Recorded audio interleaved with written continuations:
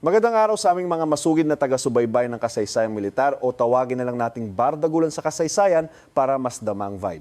Kapag tiningnan mo ang mapa ng geopolitics sa silangang Asya ngayon, may isang lugar na laging trending at tila hindi nauubusan ng drama simula pa noong ika-20 siglo, ang Taiwan Strait. Sa magkabilang pampang ng makitid na katubigang ito, makikita natin ang isa sa pinaka-weird na kabanata sa modernong politika. Parehong nagkiklaim na sila ang tunay na tagapagmana ng bonggang sibilisasyong Sino, pero magkaiba ang kanilang gobyerno at may sariling mga capital Beijing at Taipei. Bakit nga ba ang isang lahi na may isang kultura at libu-libong taon ng pinagsamahan ay nauwi sa ganito katinding hiwalayan na hanggang ngayon ay wala pang pirmahan ng annulment? Hindi lang ito basta guhit sa mapa pagkatapos ng isang peace treaty. Ito ay madugong resulta ng isa sa pinakamalupit na civil war noong nakaraang siglo. Isang gera na bumura at muling gumuhit sa ayos ng mundo noong Cold War at nag-iwan ng isang dambuhalang historical crack na hanggang ngayon ay hindi pa rin matapal-tapalan. Para maintindihan ang hugot ng paghihiwalay na ito, hindi sapat na manood lang tayo ng balita ngayon. Kailangan nating i-rewind ang gulong ng panahon pabalik sa pinakamadilim na yugto ng Imperyong Chino, noong ang pundasyon ng 2,000 taon na imperyo ay nagsimula ng gumuho dahil sa sarili nitong bigat at sa pambubuli ng mga bansang kanluranin. Noong bago mag-ika-19 na siglo, ang konsepto ng nation-state na uso sa West ay alien para sa mga Sino. Ang trip nila noon ay ang pilosopiya ng Tianxia, lahat ng nasa ilalim ng langit ay pag-aari ng anak ng langit o ang emperor. Feeling ng China noon, sila ang center of the universe, ang tanging sibilisadong bansa sa gitna ng mga tinatawag nilang barbaro. Pero ang ilusyong ito ay marahas na winasak ng mga barkong pandigma ng British Empire noong First Opium War noong 1840. Ang kahihiyang ito ay hindi lang nagpakita na low-tech na ang militar ng dinastiyang Qing, kundi winasak din ito ang tiwala ng mga tao sa sistemang Fongqian o feudalism. Sunod-sunod na ang mga unequal treaties kung saan parang pizza na hinati-hati ang teritoryo ng China, dagdag pa ang mga dambuhalang rebelyon ng mga magsasaka gaya ng Taiping Rebellion na pumatay sa 10-10 milyong tao. Ang dinastiyang Qing na dati ay kinatatakutan biglang naging sick man of Asia na naghihingalo. Sa gitna ng ganitong pambansang kahihiyan at pagnanasang bumangon, dito na nagsimulang itanim ang binhi ng pagkakahati-hati. Ang mga matatalino at ang mga militar sa China ay nag-away-away na kung ano ba ang tamang diskarte para iligtas ang bansa. Ire-reform ba ang kaharian o itatapon na ba ito sa basurahan para magtayo ng isang modernong republika? Habang mainit na usapan ay nasa mainland, ang kapalaran naman ng isla ng Taiwan ay napunta sa ibang direksyon na naging dahilan kung bakit iba ang timpla nila ngayon. Ang Taiwan, na mga 160 kilometro lang ang layo sa Fujian, ay dating tambayan ng mga loyalista ng dinastiyang Ming na ayaw sa Qing, bago ito tuluyang sinakop ng mga Manchu noong huling bahagi ng ika-17 siglo. Pero para sa mga taga-Beijing noon, ang Taiwan ay parang ligaw na damo lang sa dulo ng mundo, isang lugar na sabi nga nila ay tuwing 3 taon may maliit na gulo, tuwing 5 taon may malaking gulo. Ang malaking plot twist ay nangyari noong 1895 matapos matalo ang Qing sa gyera laban sa Japan. Sa ilalim ng Treaty of Shimonoseki, napilitan ng Qing na ibigay ng forever ang Taiwan at Penghu Islands sa Japanese Empire. Simula noon, sa loob ng 50 taon, ang Taiwan ay nahiwalay sa lahat ng gulo at revolusyong nangyayari sa mainland. Sa ilalim ng mga Hapon, dumaan ang isla sa industrialization, modernization at pilit na assimilation sa kulturang Hapon. Ang kalahating siglong pagkakaiba na ito ay lumikha ng isang dambuhalang gap sa psychology at karanasan ng mga taga-isla kumpara sa mga kababayan nila sa mainland, isang gap na magiging mitsa ng trahedya kapag muli silang nagkita pagkatapos ng World War II. Balik tayo sa mainland kung saan ang galit ng taong bayan at ang pagiging inutil ng palasyo ay nauwi sa isang malaking pasabog. Noong October 10, 1911, umalingaw-ngaw ang mga putok sa Wuchang na hudyat ng simula ng Xinhai Revolution. Sa ilalim ng bandila ng 3 principles of the people, nationalism, democracy at livelihood ng idol nating revolusyonaryo na si Sun Yat-sen, kumalat ang ayos ng pagbabago. Sa loob lang ng ilang buwan, ang mahigit 200 taon na dinastiyang Qing ay gumuho na parang castle na gawa sa baraha. Ang huling emperor na si Puyi ay napilitang mag-resign at natapos na ang mahigit 2,000 taon ng paghahari ng mga hari sa China. Noong 1912, opisyal na itinatag ang Republic of China, ang kauna-unahang republika sa Asya. Pero ang pagkapanganak sa republikang ito ay sobrang delikado. Para mapaalis ang Qing ng walang masyadong dumanak na dugo, napilitan si Sun Yat-sen na ibigay ang pagkapresidente kay Yuan Shikai, isang tusong warlord na hawak ang pinakamalakas na tropa noon, ang Beiyang Army. Ang desisyong ito, kahit na para sa kapayapaan, ay nagtanim pala ng mas malalang sakuna. Pinatunayan nito ang mapait na katotohanan ng panahong iyon. Ang tunay na kapangyarihan ay wala sa mga papel na konstitusyon, kundi nasa dulo ng bariles ng baril. Nang maupo na si Yuan Shikai, mabilis niyang tinalikuran ang mga prinsipyo ng demokrasya at nangarap pang ang maging bagong emperor. Pero ang pagiging traidor niya ay nauwi rin sa kanyang kamatayan noong 1916 na nag-iwan ng isang malaking butas sa kapangyarihan na walang sino mang politiko ang kayang punan. Agad na nagkapira-piraso ang Republic of China sa dose-dosenang maliliit na piraso. Dito na nagsimula ang madilim na panahon ng mga warlord sa modernong kasaysayan ng China. Ang mga dating general ng Beiyang Army ay kanya-kanyang deklara ng sariling teritoryo, nag-aaway-away para sa lupa, resources at control sa puppet government sa Beijing. Milyon-milyong magsasaka ang piniga hanggang sa buto para lang mapakain ang mga private army ng mga warlord na ito. Ang bansa ay nalunod sa dugo, gutom at matinding kaguluhan. Sa gitna ng kawalan ng pag-asa, si Sun Yat-sen ay umurong sa timog at nagtayo ng base sa Guangzhou. Natutunan niya ang isang masakit na leksyon para mapag-isang bansa at maprotektahan ng republika. Hindi sapat ang magandang pangarap. Kailangan ng isang partido na may sariling disiplinado at malakas na hukbong sandatahan. Ito ang naging dahilan ng pagtatayo ng Whampoa Military Academy at ang pagsilang ng militar ng Kuomintang o KMT. Habang pinagpipistahan ng mga warlord ang China, ang tagumpay ng October Revolution sa Russia noong 1917 ay nagsilbing gising sa mga kabataang intelektual sa mainland. Noong 1919, sumiklab ang May 4th Movement na nagpakita ng pagsikat ng modernong nasyonalismo at pagpasok ng mga bagong ideya, lalo na ang Marxism-Leninism. Sa mainit na hurnong ito ng kasaysayan, dalawang puwersa ang isinilang na magtatakda ng tadhana ng China. Sa Guangzhou, inayos ni Sun Yat-sen ang kanyang grupo at binuo ang Kuomintang KMT na may layuning ubusin ang mga warlord at pag-isahin ang bansa. Kasabay nito noong July 1921 sa isang maliit na bahay sa Shanghai at kalaunan ay sa isang bangka sa Nanhu Lake, lihim na itinatag ang Communist Party of China CCP ng isang grupo ng mga kabataang matatalino, kabilang ng isang lalaking nagngangalang Mao Zedong.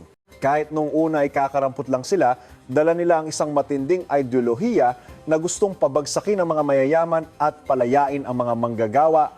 Dahil alam ni Sun Yat-sen na mahina pa sila, gumawa siya ng strategic move. Nakipag-alyansa siya sa Soviet Union at tinanggap ang mga komunista sa loob ng KMT. Ito ang tinawag na First United Front, isang forced marriage sa politika para lang talunin ang common enemy nila, ang mga warlords sa Hilaga. Sa tulong ng pera at mga military advisor mula sa Soviet Union, itinayo ni Sun Yat-sen ang Whampoa Military Academy para mag-train ng mga opisyal ng revolusyonaryong hukbo. Pinili niyang head dito ang isang batang general na ambisyoso at may kamay na bakal, si Chiang Kai-shek. Samantala si Zhou Enlai naman na isang magaling na komunista ang naging political director ng school. Ang pagsasamang ito ay lumikha ng isang modernong militar na tinawag na National Revolutionary Army. Noong 1925, namatay si Sun Yat-sen dahil sa cancer na nag-iwan ng hindi tapos na pangarap at matinding awayan sa loob ng partido. Dahil hawak ni Chiang Kai-shek ang baril, mabilis siyang naging top leader ng KMT. Noong 1926, inilunsad ni Chiang ang Northern Expedition, isang malaking operasyon para ubusin ang mga warlord. Sobrang bilis ng takbo ng kampanya. Dahil sa galing ng militar ni Chiang at sa tulong ng mga welga ng mga manggagawa at magsasaka na inorganisa ng mga komunista sa likod ng kalaban, sunod-sunod ang panalo ng National Revolutionary Army hanggang sa makarating sila sa Yangtze River Valley, ang sentro ng ekonomiya ng bansa. Pero ang mga panalong ito ang naglantad salamat sa pagitan ng dalawang grupo na hindi na kayang ayusin ng kahit anong glue.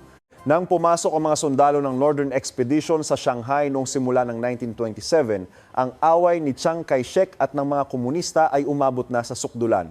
Si Chiang, na tropa ng mga mayayaman, landlord at mga dayuhang kapitalista, ay naramdaman na ang mabilis na paglakas ng mga komunista ay banta sa kanyang kapangyarihan. Wala na silang silbi para sa kanya. Madaling araw ng April 12, 1927, nabulabog ang Shanghai sa mga putok ng baril. Sa utos ni Chiang, ang mga sundalong loyal sa kanya, kasama mga sindikato at gang sa lugar, ay nagsagawa ng isang madugong masaker sa mga komunista at mga lider ng Unyon. Libo-libo ang hinuli, tinorture at pinatay sa gitna ng kalsada. Ang purging na ito ay mabilis na kumalat sa ibang mga probinsya. Dito na tuluyang naghiwalay ang landas ng KMT at CCP sa gitna ng dagat ng dugo. Ang pangyayaring ito ay hindi lang basta dagok sa mga komunista na napilitang magtago, kundi lumikha ito ng isang matinding galit na hindi na mapapatawad. Simula noon ang usapang politika ay naging usapang buhay at kamatayan. Ang turingan sa isa't isa ay hindi na kababayan kundi kaaway sa uri at kaaway sa ideolohiya. Pagkatapos ng massacre noong 1927, ang mga komunistang nakaligtas ay tumakas palayo sa mga syudad kung saan malakas si Chiang. Sa gitna ng kawalan ng pag-asa, nag-isip si Mao Zedong ng isang bagong strategy na kakaiba sa turo ng Marxism na nakatutok lang sa mga manggagawa sa syudad. Sabi ni Mao, sa isang bansang puro bukid gaya ng China, ang tunay na lakas ay nasa milyon-milyong mahihirap na magsasaka. Sa ilalim ni Mao, binuo ang Red Army at nagtago sila sa mga kabundukan ng Jiangxi para magtayo ng mga rural Soviet bases. Dito namigay sila ng lupa sa mga magsasaka kaya naman nakuha nila ang solidong suporta ng masa. Dahil nakita ni Chiang Kai-shek ang panganib na ito, naglunsad siya ng 5 encirclement campaigns para sakalin at ubusin ang base sa Jiangxi. Gamit ang mas maraming sundalo, kanyon at eroplano, gumamit ang KMT ng blackout strategy, nagpatayo ng libu-libong sementadong kuta para dahan-dahang palibutan at gutumin ang Red Army. Natalo ang unang 4 na kampanya ni Chiang dahil sa guerrilla warfare ni Mao, pero noong ikalima noong 1934, sa tulong ng mga advisor na Nazi mula sa Germany, naging epektibo ang strategy ni Chiang at muntik nang maubos ang mga komunista. Dahil malapit na silang ma-wipe out noong October 1934, mga 86,000 sundalo ng Red Army ang pumutok sa harang at nagsimula ng isang madugong pag-atras na tinawag na Long March. Hindi ito simpleng lakad lang, ito ay isang race for survival na tumagal ng 1 taon. Bumagtas ng mahigit 9,000 kilometro sa pinakamahihirap na terrain ng China. Dumaan sila sa mga bundok na may snow, mga latian na nakamamatay, gutom, ginaw, sakit at walang tigil na habulan laban sa tropa ni Chiang at mga local warlords. 10,000 ang namatay sa daan. Pero sa gitna ng paghihirap na ito noong Zunyi Conference ng 1935, napatalsik ni Mao ang kanyang mga karibal sa politika at naging absolute leader ng CCP at Red Army. Nang makarating ang mga survivors sa Yan'an sa Hilaga noong huling bahagi ng 1935, wala pang 10,000 na lang sila, pero ang mga taong ito ay naging mga hardened warriors, ang bakal na pundasyon ng partido. Ang Long March ay naging isang alamat na nagpatibay sa loob ng mga komunista at nagtakda ng kanilang strategy sa mga susunod na dekada.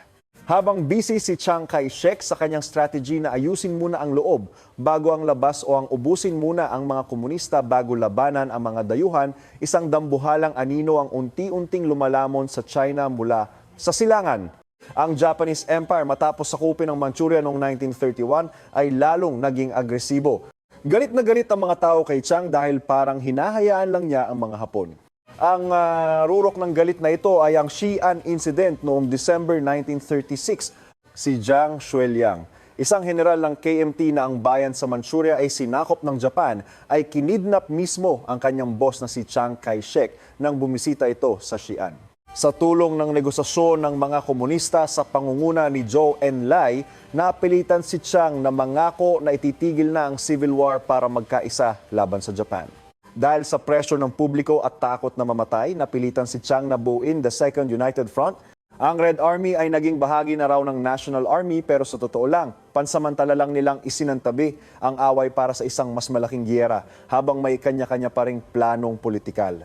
Noong July 7, 1937, sumiklab ang Marco Polo Bridge Incident na naging simula ng todong pagsakop ng Japan sa China. Ito ay isang giyera na sobrang lupit, kung saan ang modernong makinarya ng Japan ay dinurog ang mga sundalong Chino na kulang sa gamit. Bilang opisyal na gobyerno, ang tropa ni Chiang Kai-shek ang sumalo sa lahat ng bigat ng giyera. Sa mga madugong labanan sa Shanghai, Nanjing at Wuhan, itinapon ni Chiang ang kanyang mga pinakamagagaling na dibisyon, yung mga na-train pa ng mga German, sa meat grinder ng mga Hapon.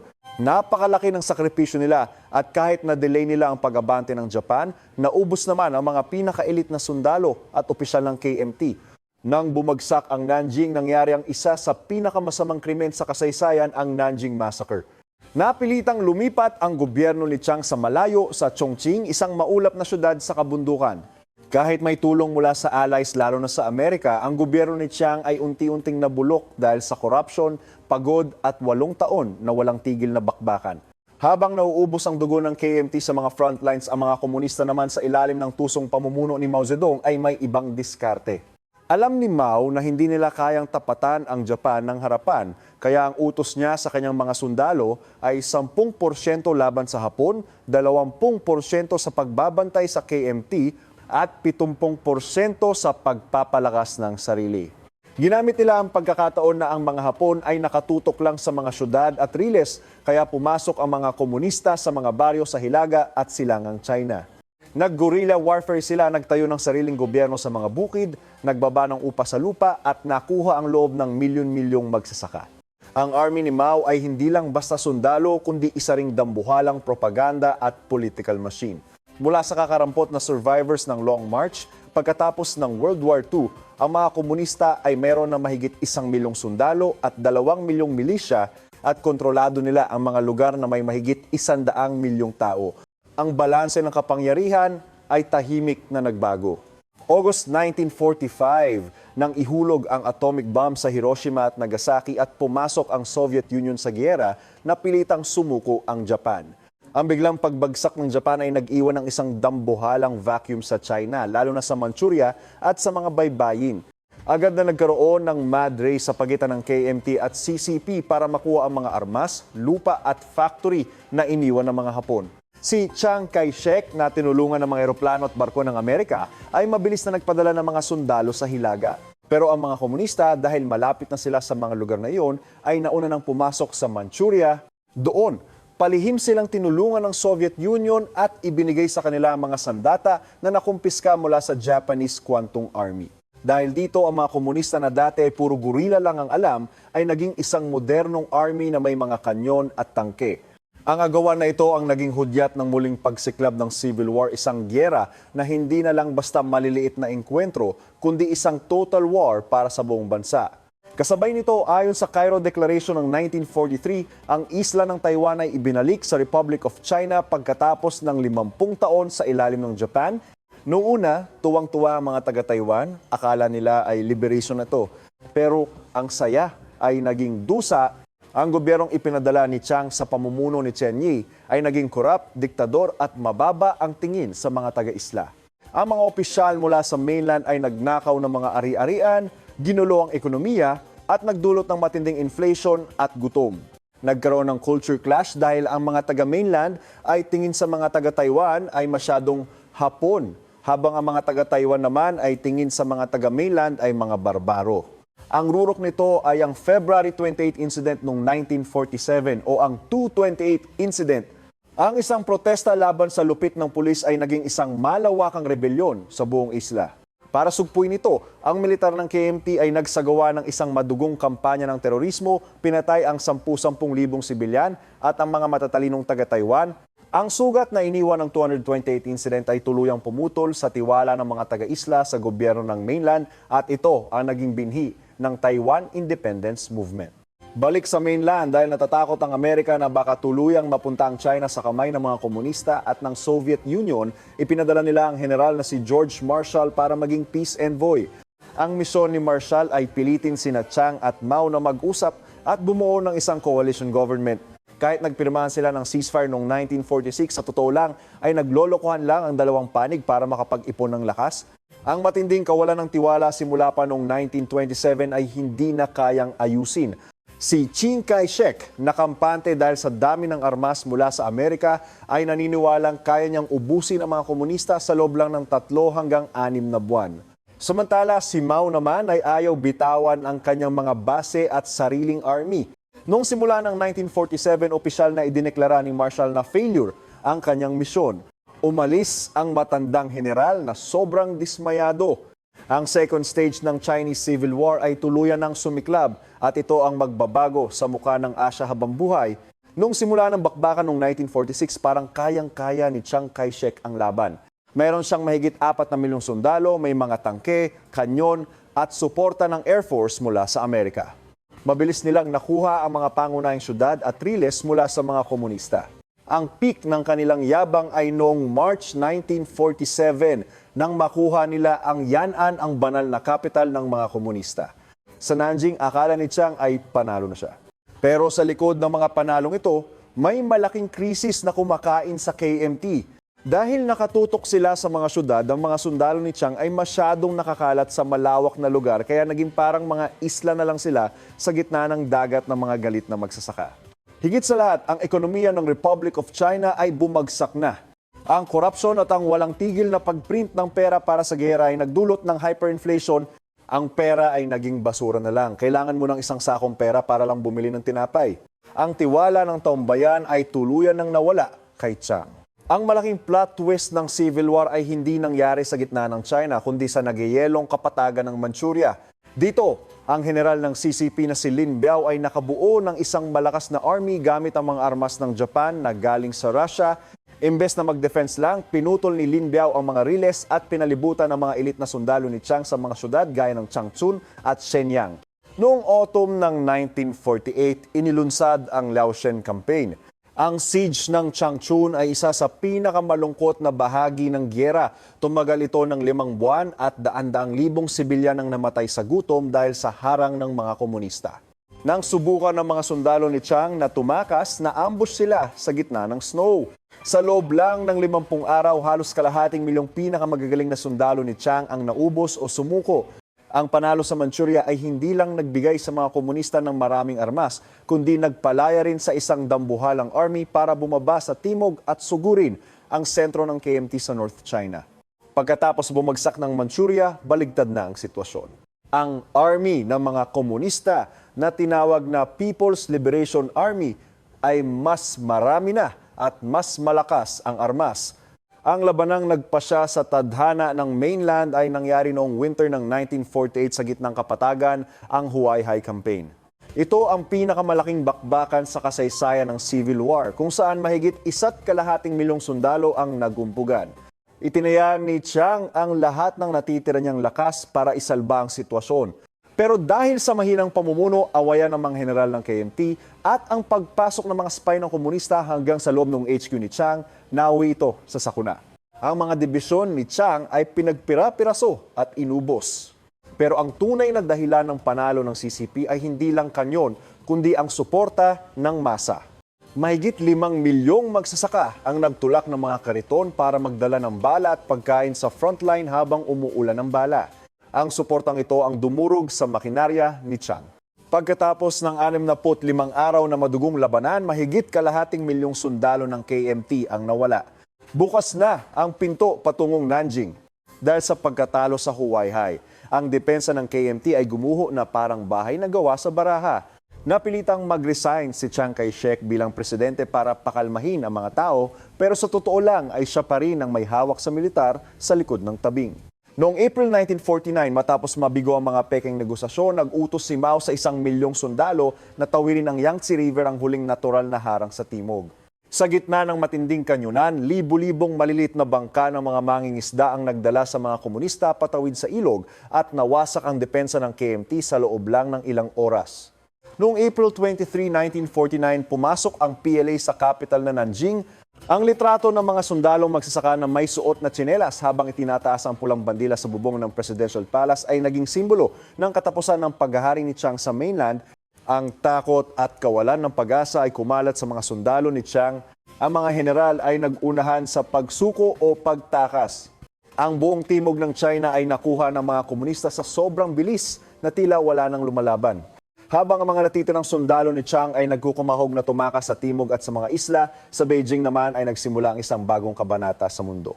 Noong hapon ng October 1, 1949, nakatayo sa ibabaw ng Tiananmen, sa ilalim ng pulang langit na puno ng bandila, idineklara ni Mao Zedong ang Central People's Government ng People's Republic of China ay itinatag na ngayong araw. Ang deklarasyong ito ay hindi lang katapusan ng mahigit 1 siglong kahihiyan at giyera simula noong Opium War, kundi hudyat din ng pagsilang ng isang dambuhalang komunistang puwersa sa silangan.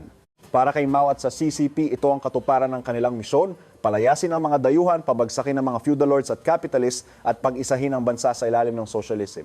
Nayunig ang buong mundo sa balitang ito at naging malaking sampal ito sa policy ng Amerika laban sa communism sa Asia. Sa wakas, pagkatapos ng maraming dekada ng gulo, ang mainland China ay nasa ilalim na ng isang matatag at ambisyosong gobyerno. Pero teka, hindi pa tapos ang laban. Dahil talo na sa mainland, gumawa si Chiang Kai-shek ng isang dambuhalang plano para iligtas ang natitira niyang puwersa. Ang napiling puntahan ay ang isla ng Taiwan dahil protektado ito ng malawak na dagat at may mga infrastructure na iniwan ng mga Hapon. Mula huling bahagi ng 1948 hanggang 1949, nangyari ang isang magulo at madugong paglikas. Halos 2 milyong tao, sundalo, general, opisyal, matatalino, negosyante at mga taong takot sa komunismo ang nagsiksikan sa mga kinalawang na barko para tumawid sa Taiwan Strait. Iniwan nila ang kanilang mga bahay, ari-arian at pamilya. Akala ng marami ay babalik din sila agad, pero ang paghihiwalay na iyon ay tumagal na habang buhay. Sa Great Retreat na ito, hindi lang tao ang dinala ni Chiang. Iniutos niyang kunin ang lahat ng ginto at dollar reserve sa Shanghai para may panggasto sa Taiwan. Higit sa lahat, daan-daang libong mamahaling artifacts mula sa Forbidden City, ang pinakakayamanan ng sibilisasyong Chino, ay dinala rin sa mga barko na ngayon ay nasa National Palace Museum sa Taipei. Gustong patunayan ni Chiang na kahit wala na sa kanya ang lupa, sa kanya pa rin ang kaluluwa at kultura ng buong China. Nang makarating sa Taipei noong December 1949, idineklara ni Chiang Kai-shek na ito ang temporary capital ng Republic of China. Pinanindigan niya ang ilusyon na ang gobyerno pa rin niya ang tanging legal na kinatawan ng buong China at ang mga nasa Beijing ay mga rebelding bandido lang. Ang slogan nila noon ay bawiin ang mainland, iligtas ang mga kababayan. Pero para makontrol ang isla na galit sa kanila simula noong 228 incident, nagpatupad si Chiang ng martial law na tumagal ng 38 taon, ang pinakamahaba sa kasaysayan hanggang noong 1987. Ang panahong ito ay tinawag na White Terror. Ang mga secret agent ay walang tigil sa paghahanap ng mga spy ng komunista o kahit sinong gustong mag-rally para sa demokrasya. Libo-libo ang ikinulong, tinorture o pinatay ng palihim. Ang Taiwan ay naging isang dambuhalang military fortress na balot ng censorship. Pero sa kabila ng lupit ng militar, nagpatupad din si Chiang ng land reform at naglatag ng pundasyon para sa ekonomiya na nagpabago sa Taiwan mula sa isang mahirap na isla tungo sa pagiging isa sa 4 Asian tigers sa mga sumunod na dekada. Noong simula ng 1950, parang tapos na ang usapan para sa Taiwan. Nag-iipon na ng daan-daang libong sundalo ang PLA sa pampang ng Fujian, naghahanda na ng mga bangka para sa huling pag-atake para ubusin ang KMT. Ang gobyerno ng Amerika noon sa ilalim ni President Truman ay nagdesisyon na ring iwanan si Chiang at tanggapin na lang na babagsak ang Taiwan. Pero ang kasaysayan ay puno ng mga biglaang liko. Noong June 25, 1950, sumiklab ang Korean War. Tumawid ang North Korea sa 38th parallel para sugurin ng South, kaya napilitang makialam ang Amerika. Dahil sa Cold War, biglang nagbago ang isip ng Washington. Ang Taiwan ay hindi na lang basura ng isang natalong gobyerno, kundi naging isang unsinkable aircraft carrier, isang mahalagang parte ng depensa laban sa communism sa Pacific. Agad na nagutos si Truman na pumasok ang US 7th Fleet sa Taiwan Strait para magsilbing harang laban sa anumang atake mula sa mainland. Ang desisyong ito ng Amerika ang nag-freeze sa giyera. Ang Civil War sa aktual na bakbakan ay nahinto dahil sa dambuhalang barko ng Amerika. Ang pisikal na paghihiwalay ng dalawang pampang ay tuluyan ng naging permanente hanggang ngayon. Kahit hindi makapaglanding ng malakihan, hindi kailanman binitawan ng Beijing ang pangarap na palayain ang Taiwan. Noong 1950s, nagkaroon ng dalawang matinding krisis sa Strait na muntik nang maging simula ng nuclear war. Pinaulanan ng PLA ng daan-daang libong bala ng kanyo ng mga isla ng Kinmen at Matsu na hawak ng KMT pero sobrang lapit sa mainland. Gusto lang subukan ni Mao kung hanggang saan ang pasensya ng Amerika. Bilang sagot, hindi lang binigyan ng Amerika ng malalakas na armas ang Taiwan, kundi nagbanta pa silang gagamit ng nuclear weapons laban sa mainland kung itutuloy ang pagsakop. Dahil sa takot sa nukes, napilitang umatras ang dalawang panig. Ang bakbakan ay naging weird. Naging symbolic shelling na lang.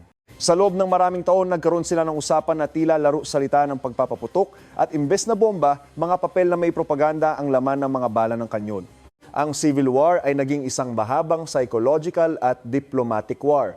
Ang red line sa dagat ay naging isa sa pinakamapanganib na lugar sa buong mundo noong Cold War. Sa unang 2 dekada ng Cold War, dahil sa backup ng Amerika, ang Republic of China sa Taiwan pa rin ang kinikilalang tanging bansa ng China sa United Nations at may seat pa sa Security Council. Pero dahil sa laki ng mainland at sa tagumpay ng Beijing sa paggawa ng atomic bomb, nagbago ang ihip ng hangin. Ang mga bansa sa West, lalo na ang Amerika sa ilalim ni Richard Nixon, ay na-realize na hindi nila pwedeng dedmahin ang dambuhalang China sa Beijing kung gusto nilang tapatan ang Soviet Union. Noong 1971, nangyari ang isang malaking sampal sa Taiwan. Ipinasa ng UN ang Resolution 2758 na kumikilala sa People's Republic of China bilang tanging legal na kinatawan ng China at pinalayas ang mga tao ni Chiang Kai-shek sa UN. Ang diplomatic shock na ito ay nagpahina sa legitimacy ng Taipei. Sunod-sunod na ang mga bansa kabilang ang Amerika noong 1979 na pumutol ng relasyon sa Taiwan para makipagkaibigan sa Beijing. Ang Taiwan mula sa pagiging bida noong World War II ay biglang naging isang islang isolated sa mundo na kailangang lumaban para mabuhay sa isang napakasikip na diplomatic space. Dahil wala nang masyadong kaibigan sa labas, napilitang humanap ang Taiwan ng lakas sa loob sa pamamagitan ng economic miracle at democratization. Noong huling bahagi ng 1980s, pagkatapos mamatay ni Chiang Ching-kuo, tinanggal na rin sa wakas ang martial law. Ang Taiwan ay dumaan sa isang bonggang political transformation mula diktadorya tungo sa pagiging isa sa pinaka-vibrant na demokrasya sa Asia. Ang pagbabagong ito ay nagdala rin ng bagong identity. Ang mga kabataang taga-Taiwan na ipinanganak pagkatapos ng 1949 ay wala ng pangarap na bawiin ang mainland. Para sa kanila, sila ay taga-Taiwan, may sariling gobyerno, human rights at lifestyle na malayo sa sistema ng mainland. Ang pagtingin sa sarili bilang Taiwanese imbes na Chinese ay naging mainstream. Samantala sa kabilang pampang, ang People's Republic of China ay naging pangalawang pinakamalakas na bansa sa mundo. Para sa Beijing, ang pagsakop sa Taiwan sa Santong Dasalan o Santong Paspasan ay isang sacred mission para makumpleto ang Chinese dream. Ang dalawang magkaibang pananaw na ito ay unti-unting nagbabanggaan ng mas matindi ngayon. Para hindi tuluyang sumabog ang sitwasyon, noong 1992, nagkaroon ng isang gentleman's agreement ang dalawang panig na tinawag na 1992 Consensus. Ang laman nito ay medyo malabo pero sadyang ginawang ganon. Parehong umamin na may one China pero kanya-kanyang interpretasyon kung ano ang China na iyon. Para sa Beijing, ito ang PRC. Para sa KMT sa Taipei, ito ang ROC. Ang strategic ambiguity na ito ay naging balat kayo para makapagnegosyo ang dalawang panig. Milyon-milyong negosyante mula Taiwan ang nagdala ng pera at technology sa mainland na nakatulong sa pagunlad ng China. Pero ang 1992 Consensus ay parang pain reliever lang, hindi gamot sa sakit. Nang maupo ang Democratic Progressive Party sa Taiwan na pabor sa independence, ayaw na nilang kilalanin ang consensus na ito dahil feeling nila ay bitag lang ito para mawala ang kanilang soberanya. Bilang ganti, lalong naging agresibo ang Beijing sa militar, nag-exercise ng pagkubkub sa isla, nagpapalipad ng fighter jets at pilit na sinasakal ang Taiwan sa international stage. Ang lamat ng kasaysayan ay muling yumayanig ng malakas. Ngayon, ang Taiwan Strait ay hindi na lang basta labi ng isang lumang civil war. Ito na ang sentro ng pinakamainit na bakbakan sa ika-21 siglo, ang away ng kasalukuyang superpower ng Amerika at ng sumisikat na superpower na China. Ang Taiwan, dahil sa pwesto nito sa First Island Chain, ang susi para makontrol ang mga ruta ng barko sa Western Pacific. Higit pa riyan, ang isla ang puso ng semiconductor industry ng buong mundo. Sila ang gumagawa ng mahigit 70% ng pinaka-advanced na microchips na ginagamit sa lahat, mula sa cellphone hanggang sa mga missile. Anumang giyera na sumiklab dito ay hindi lang trahedya para sa mga Chino sa magkabilang pampang, kundi magiging dambuhalang sakuna sa ekonomiya at militar sa buong mundo na pwedeng maghila sa mga bansang may nukes sa isang giyera ng katapusan. Sabi ng Beijing, nasa panig nila ang oras at hindi pwedeng ipamana ang problemang ito sa susunod na henerasyon. Samantala, ang Taiwan, na lalong pinalalakas ng Amerika at mga kakampi nito, ay determinadong protektahan ang kanilang kalayaan gamit ang porcupine strategy. Ang chessboard ng geopolitics ay mabilis na nagbabago at ang buong mundo ay nakatitig sa makitid na dagat na ito. Mula sa nakakahiyang pagbagsak ng dinastiyang Qing sa madugong panahon ng mga warlord, sa pagsasama at traidura ng United Fronts hanggang sa malupit na civil war na naghati sa Asia, ang kwento ng China at Taiwan ay isang epikong puno ng luha at dugo. Ito ay patunay kung gaano kalupit ang away sa ideolohiya, ang pakikialam ng mga dayuhan at ang pinsala ng giyera sa buhay ng milyon-milyong tao. Ang mga kinalawang na barko na nagdala sa mga tao ni Chiang Kai-shek noong 1949 ay hindi lang nagdala ng isang gobyernong talunan, kundi nag-iwan din ng isang malalim na sugat na humati sa isang dakilang sibilisasyon. 7 dekada na ang lumipas, tumahimik na ang mga baril, pero ang giyera ay hindi pa talaga tapos. Nalipat lang ito sa usapang diplomatiko, ekonomiya at identity. Dalawang magkaibang mundo, isang dambuhalang mainland na gustong maging hari ng mundo at isang maliit na islang matapang na pinoprotektahan ang kanilang demokrasya ang hanggang ngayon ay nagtititigan sa gitna ng makitid na dagat. Mapaghihilom ba ang sugat na ito sa pamamagitan ng talino at kapayapaan o muli itong sasabog sa apoy ng giyera? Ang sagot ay nakatago pa rin sa makapal na hamog ng hinaharap. Maraming salamat sa pagsama sa amin sa pagbuklat ng mga pahina ng magulong kasaysayang ito. Hanggang sa muli, paalam at kita-kits sa susunod nating talakayan.